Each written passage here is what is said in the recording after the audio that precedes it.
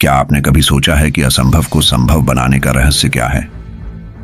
Hello दोस्तों, आपका बहुत बहुत स्वागत है हमारे YouTube channel audio book summary by D1G में, जहां हम आपके लिए लाते हैं दुनिया की सबसे प्रेरणादायक किताबों के सार, वो भी आपकी अपनी भाषा हिंदी में, ताकि आप इन किताबों की सीख को अपनी जिंदगी में उतार सकें। आज हम बात करने जा रहे हैं एक ऐसी किताब की जो आपको सिखाएगी कि कैसे आप अपने सपनों को हकीकत में बदल सकते हैं, चाहे वो कितने ही असंभव क्यों न लगे।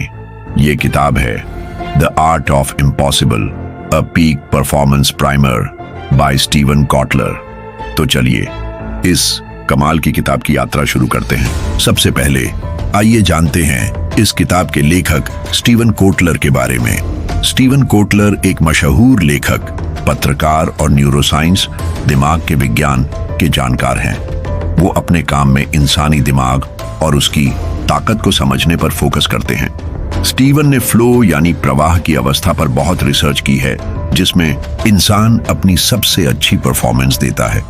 उनकी किताबें और रिसर्च ने लाखों लोगों को प्रेरित किया है कि वो अपने करियर, कला, खेल या जिंदगी के किसी भी क्षेत्र में बेस्ट बन सके। उनकी भाषा और अंदाज इतना आसान है कि कोई भी उनकी बातों को समझ सकता है।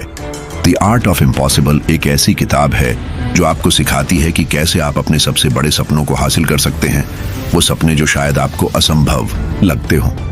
चाहे आप एक स्टूडेंट हो जो अपनी पढ़ाई में टॉप करना चाहता हो, एक प्रोफेशनल हो जो अपने करियर में नई ऊंचाइयां छूना चाहता हो, या फिर एक आर्टिस्ट हो जो अपनी कला को दुनिया तक पहुंचाना चाहता हो, ये किताब आपके लिए है। स्टीवन कोटलर कहते हैं कि असंभव को संभव बनाने के लिए कुछ खास बिल्डिंग ब्लॉक्स हैं, जैसे मोटिवेशन, ग्रिट, हिम्मत, goal setting, flow, learning, creativity और ड्राइव। इस किताब में वो इन सभी को आसान तरीके से समझाते हैं और बताते हैं कि इन्हें अपनी जिंदगी में कैसे इस्तेमाल करना है। मोटिवेशन, प्रेरणा। सबसे पहला बिल्डिंग ब्लॉक है मोटिवेशन। स्टीवन कहते हैं कि मोटिवेशन वो आग है जो आपको अपने लक्ष्य की ओर बढ़ने के लिए ताकत देती है, लेकिन ये आग तब तक नहीं जलती जब तक आप ये न समझ लें कि आप क्यों कुछ करना चाहते हैं। आपका क्यों जितना मजबूत होगा, आपकी मोटिवेशन उतनी ही गहरी होगी। रीमा एक 12वीं क्लास की स्टूडेंट थी। उसे मेडिकल एंट्रेंस एग्जाम पास करना था, लेकिन वो बार बार डर और शक में फंस जाती थी। उसे लगता था कि इतने बड़े एग्जाम को क्रैक करना उसके लिए असंभव है। एक दिन उसने अपनी माँ से बात की, जिन्होंने उसे बताया कि वो डॉक्टर बनकर गरीब मरीजों की मदद करना चाहती थी, लेकिन उनके पास मौका नहीं था। ये बात रीमा के दिल को छू गई। उसने सोचा, मैं डॉक्टर बनकर अपनी माँ का सपना पूरा करूंगी। बस यही उसका क्यों बन गया। इसके बाद रीमा ने रात दिन मेहनत की, अपने डर को पीछे छोड़ा और आखिरकार नीट एग्जाम में टॉप रैंक हासिल की। अमित एक सॉफ्टवेयर इंजीनियर था, लेकिन उसकी जॉब में उसे हर दिन एक ही तरह का काम करना पड़ता था। उसे लगता था कि उसकी जिंदगी में कोई मकसद नहीं है। एक दिन उसने एक टेड टॉक सुनी, जिसमें किसी ने कहा कि आपका काम दुनिया को बेहतर बनाने में मदद कर सकता है। अमित ने सोचना शुरू किया कि वो अपने कोडिंग स्किल्स से क्या कर सकता है। उसने एक फ्री ऐप बनाया जो छोटे शहरों के स्टूडेंट्स को मुफ्त में कोडिंग सिखाता था। इस काम ने उसे इतनी खुशी और मोटिवेशन दी कि उसने अपनी जॉब छोड़ दी और फुल टाइम ऐसा ही काम शुरू कर दिया। ग्रिट, हिम्मत और लगन। ग्रिट का मतलब है वो जिद, वो हिम्मत जो आपको तब भी आगे बढ़ने के लिए प्रेरित करती है जब रास्ता मुश्किल हो। स्टीवन कहते हैं कि बिना ग्रिट के कोई भी बड़ा लक्ष्य हासिल नहीं किया जा सकता। सोनू एक छोटे से गांव का लड़का था जो क्रिकेटर बनना चाहता था, लेकिन उसके पास न तो अच्छा कोच था, न ही ढंग का ग्राउंड। लोग उसका मजाक उड़ाते थे, लेकिन सोनू ने हार नहीं मानी। वो सुबह 4 बजे उठकर पास के खेत में प्रैक्टिस करता था। उसने पुराने टायर और लकड़ी के बल्ले से बैटिंग सीखी।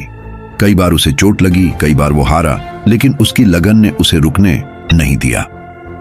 आखिरकार एक दिन एक कोच ने उसकी प्रतिभा देखी और उसे शहर की अकादमी में ट्रेनिंग का मौका दिया।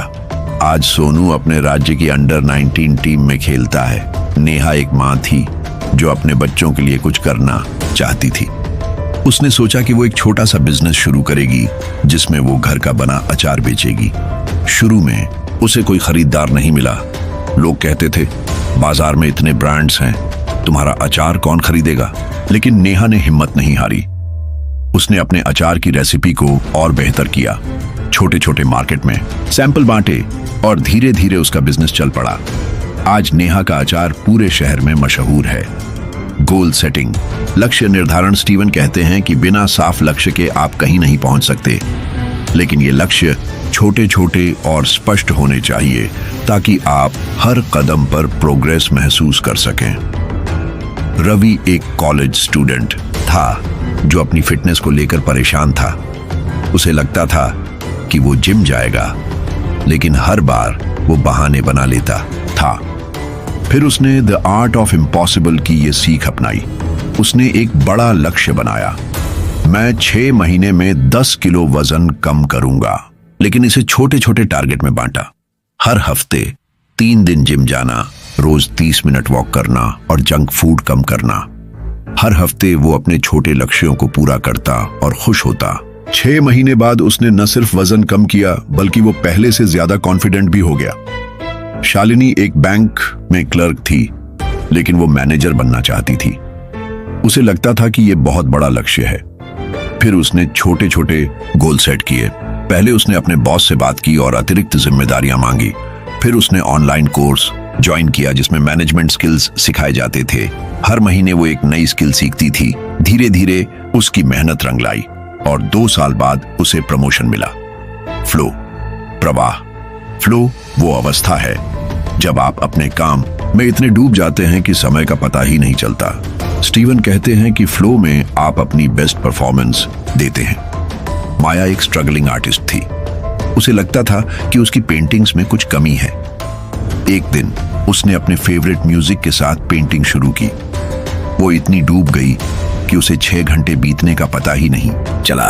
उस दिन उसने अपनी अब तक की सबसे खूबसूरत पेंटिंग बनाई। बाद में उसने समझा कि ये फ्लो की अवस्था थी। इसके बाद वो रोज अपने स्टूडियो को शांत और प्रेरणादायक बनाती थी ताकि फ्लो में आसानी से जा सके। राहुल एक प्रोग्रामर था जो अक्सर अपने प्रोजेक्ट्स में अटक जाता था। एक बार उसे एक मुश्किल प्रोजेक्ट मिला। उसने अपने फोन को साइलेंट किया, एक कप कॉफी ली और कोडिंग शुरू की। वो इतना फोकस्ड था कि उसे समय का पता ही नहीं चला। सुबह से रात हो गई और उसने प्रोजेक्ट पूरा कर लिया। बाद में उसने इस फ्लो की अवस्था को बार बार हासिल करने के लिए अपने वर्क स्पेस को डिस्ट्रैक्शन फ्री बनाया। लर्निंग, सीखना। जैस स्टीवन कहते हैं कि असंभव को संभव बनाने के लिए आपको हमेशा नया सीखते रहना होगा।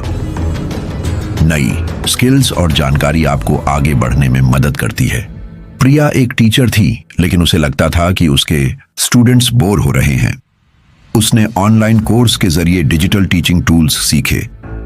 उसने प्रेजेंटेशन, गेम्स और इंटरैक्टिव क्विज बनाना शुरू किया। धीरे धीरे उसके स्टूडेंट्स का इंटरेस्ट बढ़ा और प्रिया को स्कूल में बेस्ट टीचर का अवार्ड मिला। विक्रम एक छोटा सा किराने का स्टोर चलाता था, लेकिन ऑनलाइन डिलीवरी के जमाने में उसका बिजनेस कम हो रहा था। उसने यूट्यूब पर डिजिटल मार्केटिंग के वीडियोस देखे और सोशल मीडिया पर अपने स्टोर का पेज बनाया। उसने फोटोज डाली, ऑफर्स शेयर किए और व्हाट्सएप पर ऑन ऑर्डर लेना शुरू किया। उसकी ये नई स्किल्स ने उसके बिजनेस को दोगुना कर दिया। क्रिएटिविटी, रचनात्मकता। क्रिएटिविटी वो ताकत है जो आपको नए आइडियाज देती है। स्टीवन कहते हैं कि हर इंसान क्रिएटिव हो सकता है, बशर्ते वो अपने दिमाग को खुला रखे। अनुज एक स्टूडेंट था जो अपने कॉलेज में कुछ नया करना चाहता था।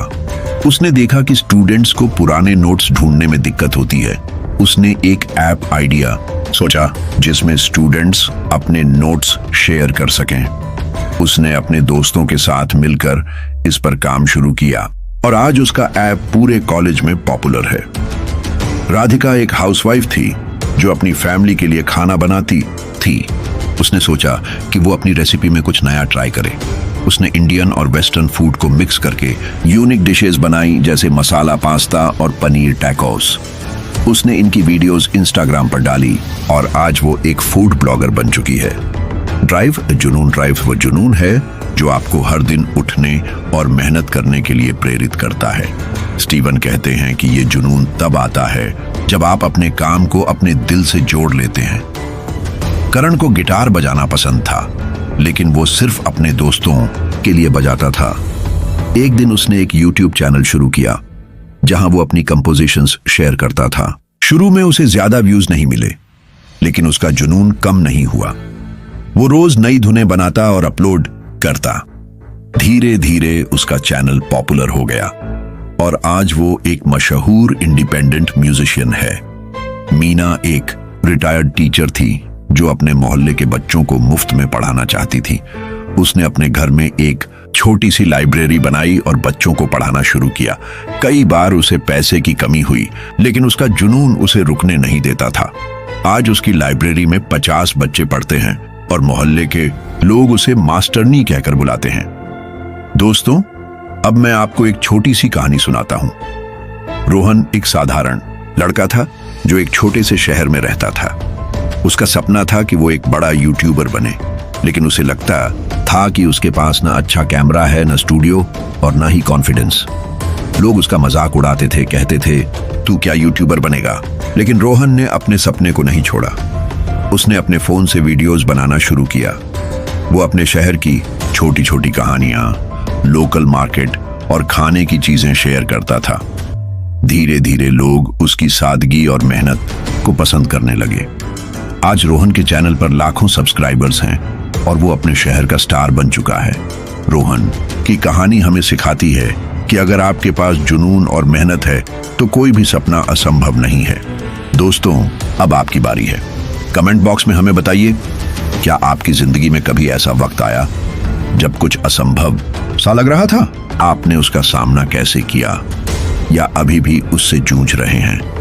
आपकी कहानी दूसरों को प्रेरित कर सकती है। अगर आपको ये वीडियो पसंद आया तो प्लीज इसे लाइक करें, अपने दोस्तों और फैमिली के साथ शेयर करें और हमारे channel audio book summary by Divan ji को सब्सक्राइब करना ना भूलें। हम आपके लिए ऐसी ही प्रेरणादायक और जिंदगी बदलने वाली किताबों के सार लाते रहेंगे। तो बेल आइकन दबाइए ताकि आपको हमारे हर नए वीडियो की नोटिफिकेशन मिले। मिलते हैं अगले वीडियो में। तब तक अपने सपनों को जियो और असंभव को संभव बनाओ।